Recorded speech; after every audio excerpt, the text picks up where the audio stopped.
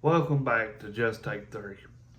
Today we're talking about Risic City. Should it be banned out of Commander? And the answer, I don't personally agree with any bans. Now, especially in the Commander format. I would argue Wizards of the Coast could look at restricting these cards. Anything on the ban list, open them up for CDH players. Uh, Personally, I don't want to play CDH. I mean, if all truth in the matter is, I'd rather play a casual game of Commander. Uh, but no, I do not agree with bans. I think bans is very harmful for multiple reasons. One, it does kill the card value when a card gets banned. And you can't play it, right? Like Mana Crypt, Joel Lotus. Really, they need to be unbanned and they need to be restricted out of casual play. Only put them in a format like CDH, where most people is playing a high play uh, game, and multiple people is on board with that. I do understand people, CDH players, does put a lot of money in their decks, and they do go and test out. A deck should never be played with a precon or a homebrew just trying to work it out. Most people play CDH. They have to win. It is, they're not having fun unless they are winning, and that is wrong attitude to have. But that's more on a person playing, right? That's bad sportsmanship. I have fun when I play Commander casually. I'd rather play Pauper, to be truthful. But Pauper is not a casual format. It is a very hard format to play. But I personally don't agree with Risic City being banned. And I hear there's Oracle is on the list possibly to be banned too. I don't agree with it. Maybe restrict it out of casual Commander, but have it where if you're playing Commander, but you're built in your deck, you've upgraded to a point where it's no longer a casual deck. Most people need to be honest about that stuff, and it needs to go through, and it needs to be deemed CDH. But Moxfield has where you can put your deck list in, and it'll tell you what bracket it falls in. And I think if your deck smacks CDH, that's what you need to put. And you should not be playing that with, especially beginners. People is not wanting to play at that high of level. There's a point in time where I can agree with a ban. Okay, there's a few cards that's been banned I fully agree with because of the artwork was considered racist. some artists has got a sick sense of humor, and they're going to put out vulgar and nasty stuff. And uh, if it's caught after something gets released, I mean, it needs to be banned. It needs to be pulled for more of a ethical reason, and just not the point of just banning a card just cause it is too powerful to say, or it costs too much to have in the deck.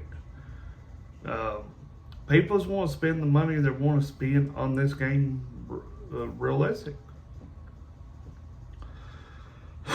I could agree with Ristic Study being restricted. Okay, first off, I can agree with that because it is a problematic card, like Mana Vault and Mana Crypt. Them cards needs to be restricted. Mana Vault you are still allowed to play with in casual format. I would argue Mana Vault is just as problematic as Mana Crypt was. But it should be allowed to be played in CDH, where there's still a home for that card to be played at, and on that level of play. Jewel Lotus, that is a very hard toss-up for me to argue about. That is because it was really just made for Commanders players, and the only format it really can be played in is Commander, and including CDH is form. But I mean, I would put it as a game changer. Would it? But there needs to be restrictions. I would agree with more looking at the options of restricting cards and just right out ban it. Now, if it gets restricted and there's still a issue, okay, that's very important. If it's still an issue after being restricted, then there needs to be talks about banning. But to jump straight out and ban a card because it is too powerful, it is doing what Juns designed the card to do, I personally don't agree with that. It's the game we play as Magic players. It's a very hard game. It's a very competitive game. But should Ristic Study be banned? No, I don't agree with that. If it does get banned, I'm not one for a fit. I ain't more ride in the street and stuff, but I think banning needs to be a last at point of no return. There's something truly wrong with the card. It is truly broken. It is. Like I said, some artists back in the day has made some racist stuff